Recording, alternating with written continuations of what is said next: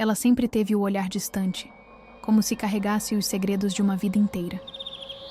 Eu nunca soube até que ponto aquilo que ela me dizia era real. Mas algo me dizia que naquelas palavras que pareciam simples, estava a chave para algo muito maior. Minha avó, a mulher que parecia ter vivido várias vidas em uma só, sempre falou pouco sobre seu passado.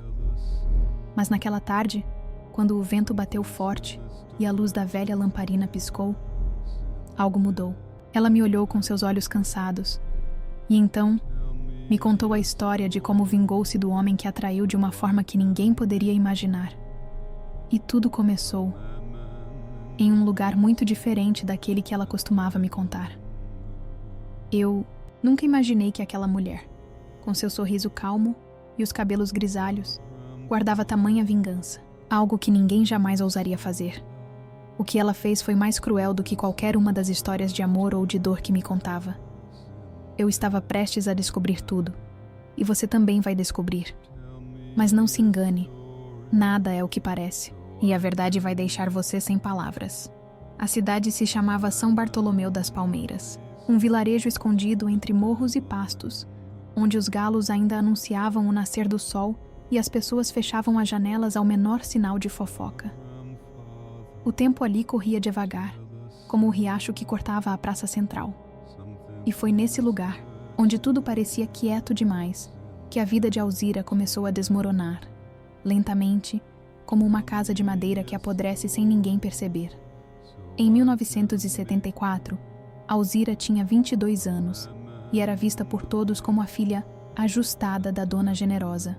Tinha mãos que sabiam costurar, olhos que sabiam baixar quando era necessário, e um sorriso discreto que só aparecia em momentos raros, como quando ouvia a filha do rádio cantando boleros, ou quando via uma criança brincando com bolinha de gude na calçada. Ela era o tipo de mulher que aprendia a amar antes mesmo de saber o que era desejo. Sonhava com um lar, não luxuoso, mas limpo. Com um marido, não bonito, mas presente. E com filhos, não perfeitos, mas felizes.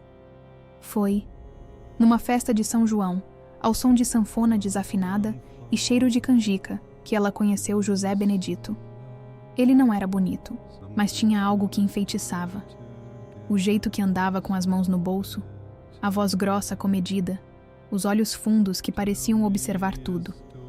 Ele era da roça, vinha de família conhecida e tinha fama de trabalhador. E Alzira achou que aquilo bastava. Em menos de 3 meses, estavam casados. Os primeiros dias foram doces. Um tipo de doçura que hoje ela reconhece como enganosa. José se mostrava atencioso, elogiava seu feijão, trazia flores roubadas do jardim da igreja e dizia que queria encher a casa de menino. E Alzira, sem ter com o que comparar, acreditou. Acreditou porque foi criada para obedecer, para agradecer e para suportar. Mas a máscara começou a cair cedo. A primeira agressão não foi com palavras, foi com o silêncio. José chegava, tirava as botas, sentava à mesa e comia sem dizer uma palavra. Depois, sumia nos fundos da casa, trancado por horas no galpão, bebendo cachaça barata e encarando o escuro. Quando Alzira perguntava se estava tudo bem, ele só dizia: "Mulher que fala demais estraga o lar." Ela engoliu. Porque tinha aprendido com a mãe que marido é igual ferro de passar. Se esquentar demais, queima, mas ainda serve para manter tudo no lugar. Com o tempo, José parou de fingir. Trocava carinho por ordens, toques por empurrões. As noites, antes de silêncio, passaram a ser de medo. E o olhar dele, aquele olhar misterioso que antes parecia profundo, agora revelava algo escuro. Uma raiva contida, uma sede de controle. Mas foi quando Miriam nasceu que tudo ficou ainda mais tenso. Miriam veio ao mundo numa manhã nublada, e Alzira jurava que naquele instante tinha descoberto um motivo real para continuar viva. A menina tinha olhos claros como o pai, mas a ternura no olhar era dela, da mãe. Alzira prometeu que faria de tudo para protegê-la. Prometeu a si mesma e a Deus. Só que José Não parecia feliz. Ele disse que menina era fraqueza, que queria um varão. E desde o primeiro mês, mal segurava a filha. Às vezes passava dias sem sequer olhar para Miriam. Outras vezes, a olhava com um olhar que Alzira não sabia explicar. Algo entre o desprezo e o desejo de posse. Quando Miriam fez 5 anos, José começou a mudar. Mais agressivo, mais ausente. Voltava para casa com cheiro estranho. Uma mistura de perfume barato e álcool. Dizia que estava resolvendo negócios. E cada vez que Alzira tentava questionar, ele ameaçava. Você depende de mim. Nunca esquece disso. Aos olhos dos vizinhos, eram um casal tradicional. Ela, discreta. Ele, trabalhador. Aos domingos, José levava a família à igreja com a camisa passada e o cabelo engomado. Mas assim que voltavam para casa, aquele homem da missa desaparecia. No lugar, surgia um outro, imprevisível, frio, quase um estranho. Quando Miriam entrou na adolescência, a casa ficou insuportável. José começou a chegar mais tarde. Às vezes nem voltava. E quando voltava, trazia presentes caros, que Alzira não sabia de onde vinham, e jogava em cima da mesa como se comprasse o silêncio. Miriam já tinha aprendido a se calar. Sabia que qualquer palavra podia virar grito. Foi numa madrugada, com chuva fina caindo no telhado de zinco, que tudo mudou. Alzira acordou com um estalo. Um barulho leve, como uma porta sendo forçada. Levantou da cama, descalça, e foi em direção ao corredor. Viu a porta do quarto da filha entreaberta. Silêncio. Quando se aproximou, ouviu um sussurro. Frio. Escorregadio. Era José. Dentro do quarto de Miriam. Ela entrou. E ele fingiu estar procurando uma goteira no teto. Disse que tinha ouvido barulho de rato. Miriam, sentada na cama, olhava para o chão, sem conseguir levantar os olhos. Alzira não disse nada naquela hora. Só olhou, e o olhar dela queimava. Na manhã seguinte, Miriam trancou-se no quarto. Não foi para a escola. Passou o dia chorando. E quando Alzira tentou conversar, a menina só conseguiu dizer: Ele tentou, mãe. Ele tentou. Mas eu travei a porta antes. Foi naquele instante que Alzira sentiu algo morrer dentro dela. Não, era só o casamento. Não era só o amor, que já não existia. Era a certeza de que ninguém viria salvá-las. A mãe dela, quando viva, dizia: Homem não muda. Ou você aceita, ou você acaba com ele. E naquele instante, com a alma em pedaços e o coração em brasa, Alzira soube. Ela não ia aceitar. E José ia pagar. O destino de Alzira. Uma escolha sombria. Alzira sentou-se à beira da cama, as mãos tremendo ao segurar a vela que ainda iluminava a sala escura. O vento soprava forte lá fora, fazendo com que as sombras nas paredes se alongassem como figuras, sinistras. Era o momento em que ela se sentia mais sozinha, mas também mais forte. A sua mente não podia mais se concentrar nos fantasmas do passado. As memórias de José, suas atitudes e o sofrimento de uma vida marcada por mentiras e segredos. Mas o maior fardo, o que mais a consumia, não era a dor de ter sido enganada. Era a raiva, a necessidade de fazer justiça, ou talvez algo mais, algo que a liberasse do peso que sempre carregou dentro de si. Alzira sabia que precisava agir. Nos dias que se seguiram, ela foi consumida por uma única ideia: a vingança. Não só uma vingança comum, mas uma vingança que ecoasse ao longo dos anos. Algo que fizesse José sentir o mesmo vazio que ela carregava dentro de si. Algo que o fizesse entender a dor que ele causou, não apenas a ela, mas a todos ao seu redor. Para isso, ela sabia que precisava se aproximar dele, novamente, mas agora com um objetivo muito mais sombrio. A aliança inesperada. Quando a oportunidade finalmente se apresentou, Alzira não hesitou. José, após ter perdido tudo, sua família, Sua posição social e a confiança das pessoas ao seu redor estava agora à mercê de quem ele mais desprezava. Ela. Alzira se aproximou dele, não com palavras suaves ou promessas de reconciliação, mas com uma frieza calculada. Ela começou a articular suas jogadas, movimentando-se nas sombras. Todos ao redor acreditavam que ela estava apenas tentando entender como reconstruir sua vida após o trauma. Mas por dentro, Alzira já estava arquitetando algo muito maior. Usaria o próprio José para encontrar os segredos mais profundos da sua família. O passado dele, e tudo o que ele fizera, seria a chave para seu futuro. Mas à medida que ela se aprofundava, Alzira começou a perceber que a vingança não era apenas sobre fazer justiça a si mesma. Ela estava mexendo com forças que nem imaginava serem reais.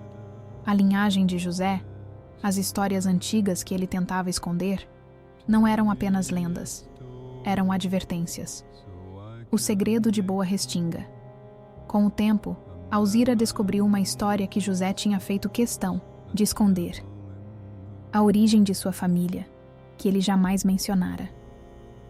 Ela ouviu falar de um vilarejo distante, Boa Restinga, onde tudo começou. Diziam que a família de José tinha feito acordos antigos para prosperar. Acordos com seres misteriosos e forças invisíveis que transcendem o entendimento humano. Numa das raras conversas, Alzira ouviu José dizer algo que não conseguiu esquecer. Ele disse em tom de desdém: "O sangue de Caledônio sempre volta. Não há como fugir." Caledônio? O avô de José? Esse nome ecoava na cabeça de Alzira como um aviso. A história de um homem que se perdera em suas próprias ambições, envolvendo-se com coisas que ele não poderia controlar. No entanto, o que ninguém sabia era que o preço dos acordos antigos nunca era apenas financeiro. O custo de pactos dessa natureza sempre acabava sendo o mais alto possível: o próprio sangue. Alzira tentou deixar o assunto de lado, mas a verdade estava diante dela. Ela não estava apenas vingando uma traição. Ela estava fazendo parte de algo muito maior, algo que ela nem começava a compreender. O próximo passo: perdão ou condenação.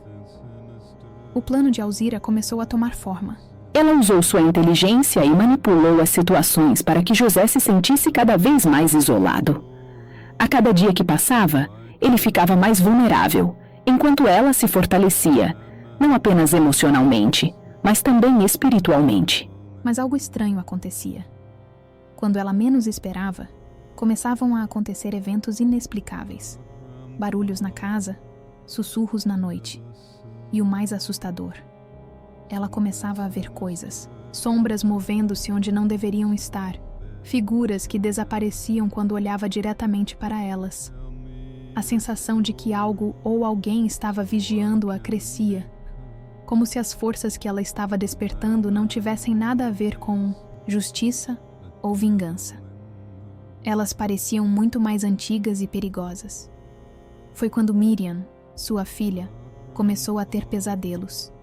Acordava gritando, dizendo ver a figura de um homem parado na porta do quarto. Ela dizia que ele a observava, com olhos vazios, e que sempre sussurrava: "Você é a próxima." Alzira não queria acreditar, mas tudo começou a se encaixar. Miriam não estava apenas sofrendo de uma ansiedade comum. O que estava acontecendo com ela era mais do que isso. Algo da família de José estava se infiltrando na vida delas. O encontro com Neide.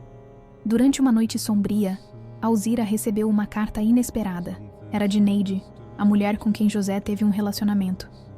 Ela havia partido há anos, mas suas palavras ainda ecoavam. Na carta, Neide confessava que sempre havia se sentido usada, que não tinha sido cúmplice das ações de José, mas sim uma vítima também. Ela havia se envolvido com ele por causa das promessas que ele fazia. Na carta, Neide dizia que a vingança de Alzira estava prestes a afetar muito mais do que ela imaginava. Neide revelou que, durante os últimos dias de vida, ela tentara avisar a Alzira sobre a verdadeira natureza do que estava acontecendo. Não se tratava apenas de José, mas de uma força ancestral que se renovava a cada geração, uma presença que não poderia ser ignorada. Ela havia feito o que podia para afastar essa força, mas havia chegado a hora de enfrentar as consequências. Alzira leu a carta com um misto de surpresa e confusão. Ela sabia que sua luta não era apenas contra José ou contra o que ele fizera. Havia algo muito mais profundo em jogo. Algo que ela não podia controlar. Alzira finalmente se viu diante do que sempre soubera ser inevitável. O que ela havia iniciado como um simples desejo de vingança se transformara em uma batalha contra algo muito maior do que ela imaginava. José estava à sua mercê. Mas agora, o verdadeiro desafio não era derrotá-lo, mas lidar com as forças que haviam sido despertadas por suas ações. Em uma noite fria, enquanto o vento uivava lá fora, Alzira se encontrou no limite de sua própria sanidade. A presença que ela sentia, as sombras que a observavam, eram reais. A linhagem de José, com seus pactos antigos, havia deixado marcas profundas, e Alzira agora estava no centro dessa teia.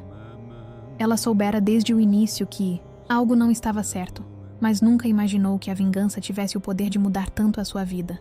Miriam, sua filha, agora corria perigo, e Alzira sabia que tudo o que ela fizera para se vingar tinha um preço mais alto do que ela jamais poderia pagar. A história de José e sua família parecia se repetir, como um ciclo que se renovava a cada geração, um ciclo de sofrimento e perda. Alzira finalmente percebeu que, ao tentar destruir José, ela acabara também dando força a algo ainda mais sombrio. Mas o maior choque veio quando ela descobriu que, ao longo de toda essa jornada, o que ela procurava destruir estava dentro dela mesma, algo que havia sido passado por gerações. A vingança que ela tanto buscou agora parecia uma ilusão. Ela pensava que, ao destruir José, sua dor seria aliviada. Mas o que aconteceu foi o contrário. Tudo o que ela havia feito não a libertara. Pelo contrário, a havia aprisionado em um ciclo interminável de escuridão. E assim, com a sensação de que tudo o que ela fizera fora em vão, Alzira olhou para o futuro com um sentimento de desespero. A vingança que buscara a libertou por um momento. Mas agora ela entendia que não havia como escapar da escuridão que sempre a acompanhara. E ao olhar para o reflexo da vela, ela percebeu que o próximo passo seria mais difícil do que qualquer um dos anteriores. A linha entre justiça e punição estava agora irremediavelmente borrada, e as sombras que a seguiam não eram mais apenas visões. Elas haviam se tornado parte dela. Sem poder voltar atrás, sem saber como se libertar, ela sentiu a presença de algo além de seu controle, algo que a observava, esperando pelo momento em que ela finalmente se rendesse. O destino de Alzira estava selado, e a escuridão que ela invocou para destruir José agora ameaçava consumi-la por completo. Ela havia feito a sua escolha, mas o preço de sua vingança seria maior do que ela jamais imaginara. O ciclo da linhagem, que ela pensava ter quebrado, havia sido apenas reforçado. E no fim, quem realmente perdeu foi ela mesma. Pois o verdadeiro inimigo nunca foi José. O verdadeiro inimigo estava dentro dela, e ele sempre esteve lá, esperando o momento certo para surgir. E você acha que essa história terminou? Porque uma semana antes de Alzira se mudar, ela encontrou um envelope na porta de casa. Um envelope assinado por alguém que já havia partido. Mas isso é o que eu vou te contar no próximo vídeo.